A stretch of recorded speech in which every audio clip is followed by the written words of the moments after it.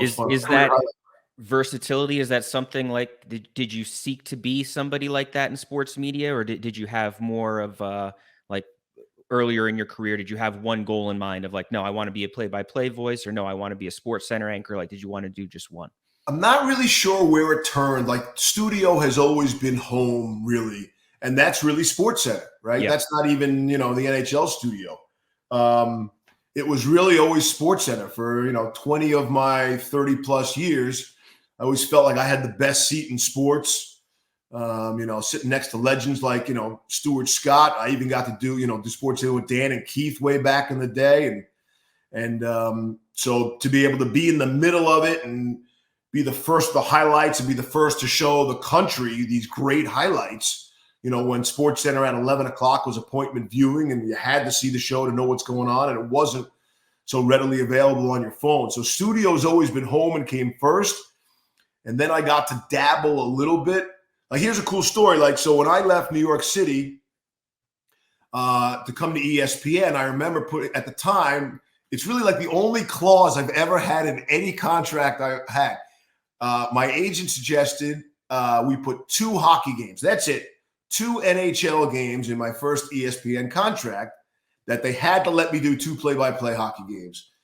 And I was like, well, that's an odd number. And I had never done a hockey play-by-play game anywhere. Like, I did radio in college, but never television anywhere. And so ESPN was like, well, it's got to be 2 because you could be terrible. And well, thanks for the confidence, coach. But I get it. They're right. It was the first time I was ever doing it, and I was doing it on national TV, which is insane. Yeah. And so, sure enough, I guess I wasn't terrible. Maybe I was okay.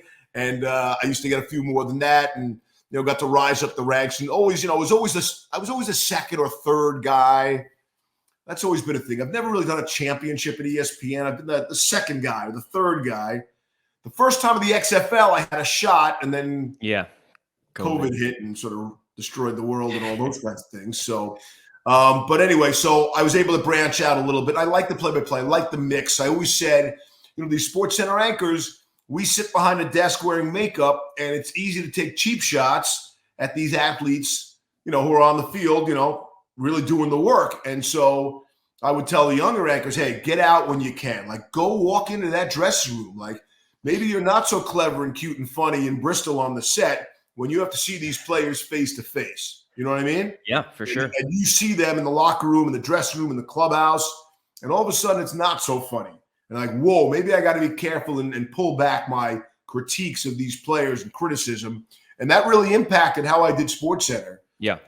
Because then back in those days, again, everybody was watching. Every general manager, every coach, every player. It was quite a responsibility.